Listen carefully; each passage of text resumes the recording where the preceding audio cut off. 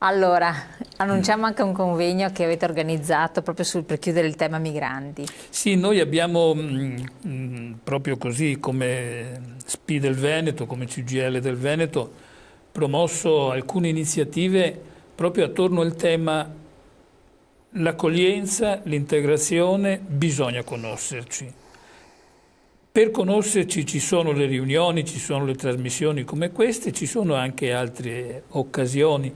Tant'è vero che noi abbiamo promosso una prima iniziativa il 9 scorso, per cui pochi giorni fa, dove con il nostro gruppo dirigente, sia quello di categoria che quello confederale, abbiamo ragionato attorno a questi temi perché riteniamo che il nostro gruppo dirigente debba essere attrezzato per affrontare discussioni molto delicate e complesse, certo, come quelle che facciamo qui stamattina. Però ci abbiamo inserito anche un altro elemento che con la parola d'ordine boccia il razzismo.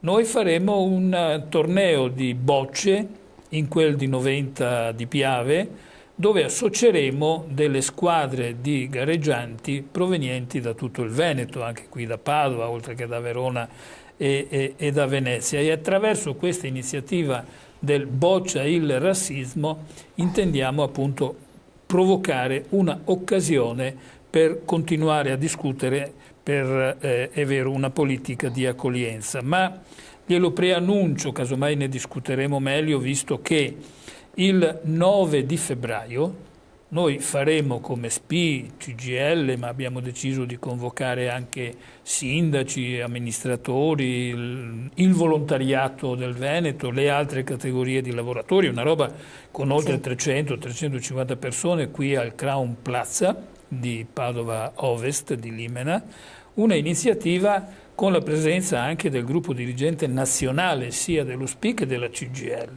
Per cui crediamo sempre sull'immigrazione. Sempre su questo tema dell'accoglienza e dell'integrazione, perché siamo convinti che questo fenomeno ci accompagnerà purtroppo per lungo tempo. Per cui... Quindi il 9 febbraio Crown Plaza, convegno a Padova, perfetto. Sì. Due parole, ma proprio due perché non abbiamo più tempo, sulle novità delle pensioni. Cosa c'è di eclatante per il 2018? Allora le novità intanto sono che dopo 2 anni, quest'anno, le pensioni vengono rivalutate con un indice relativamente non altissimo, però dell'1,1%.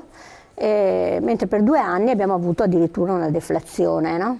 Tanto che quest'anno, a fronte di questo 1,1% di rivalutazione, verrà anche recuperato quello 0,10% che dovevamo dare indietro già nel 2015, appunto per effetto della deflazione, e che invece, insomma, allora le nostre battaglie avevano, come dire, congelato, però adesso, quindi di fatto quello 1,10, l'1,1 diventa l'1. Ecco, io vedo qua fino a euro 1505,67 lordi. Sì, sempre, si parla sempre, quindi le cifre nostre sono sempre lorde, allora, perché il netto sono sempre determinate da questioni anche molto individuali, per cui ma è bene precisarlo perché dopo c'è chi ci telefona ragionare con il lordo. Allora avremo appunto questa rivalutazione dell'1,1 fino a 1505 euro lordi, per le pensioni invece da 1505 a 2007 euro l'aliquota è dell'1,045. Per le pensioni da 2000 a 2509 dello 0,83, così insomma fino alle pensioni da 3011 euro in poi, che avranno una rivalutazione solo dello 0,50%. Ecco, se la regia può tenere questa locandina in modo che chi si trova, stiamo parlando di cifre all'ordo, può rivalutare. È importante sottolineare che di solito questo piccolo aumento, diciamo così, magari non si nota subito con la rata di gennaio o di febbraio, perché in concomitanza ci sono anche conguagli fiscali, le aliquote regionali, comunali, eccetera, per cui per essere proprio certi che questo aumento c'è stato, noi consigliamo di guardare bene la pensione di marzo, ecco, diciamo che a marzo forse siamo fuori, no, da ogni conguaglio, trattenuta, indebito o quant'altro. Ecco, questa è un'altra novità, che cessa il contributo di solidarietà che per 5 anni le pensioni da fondi speciali hanno pagato, proprio perché eravamo in una situazione molto difficile e complicata, no, negli anni passati, e da quest'anno, dal 1° gennaio di quest'anno, non ci sarà più questa trattenuta che era al massimo dell'1%. E quindi insomma anche questa è una buona notizia. Ecco, queste sono le novità. Poi so che ci sono, con le rate di gennaio e febbraio si possono essere eventuali conguagli fiscali. Sì, è quello che ho questa detto, cosa, quindi insomma, ricordarle, no, che per questo che è meglio guardare, andare a vedere, farsela vedere. Adesso gennaio e febbraio sono mesi passati. Ancora quello che si prende di pensione non è così certo e sicuro, e quindi è meglio aspettare marzo per avere un quadro più definito. Comunque, per qualsiasi dubbio, i nostri sportelli, i nostri collaboratori sono a disposizione. Solo un cenno, visto che abbiamo ancora qualche secondo a disposizione. Parlavamo delle truffe. Qual è il problema più grosso a cui gli anziani devono porre particolare attenzione? Sì, questo fenomeno delle truffe non è un fenomeno di oggi, purtroppo, noi continuiamo a parlarne.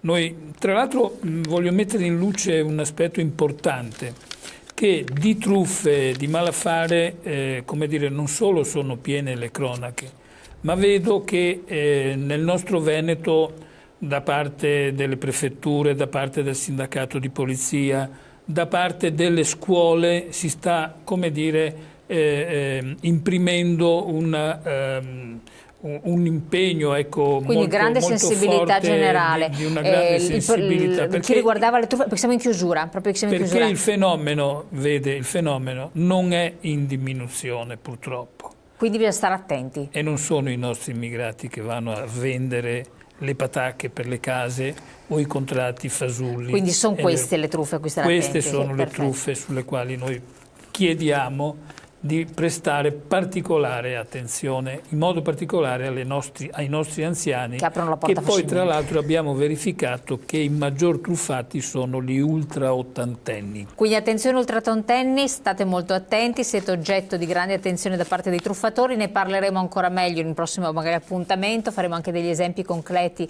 che così almeno calzano nelle varie situazioni. Attenti quando aprite la porta, quando rispondete al telefono, insomma, firmare contratti, dite sempre di no, e casomai prendete il pezzo di carta senza firmare niente e ve lo fate valutare da una persona che magari può farlo con cognizione di causa, oppure, perché no, lo SPCGL, così almeno fare un controllo generale prima di fare di impegnarvi in qualsivoglia atto. Benissimo, grazie Rosanna Bettella, grazie Daniela Toccane con noi, grazie allo SPCGL del Veneto di averci supportato, a voi di averci seguito come sempre, appuntamento alla prossima.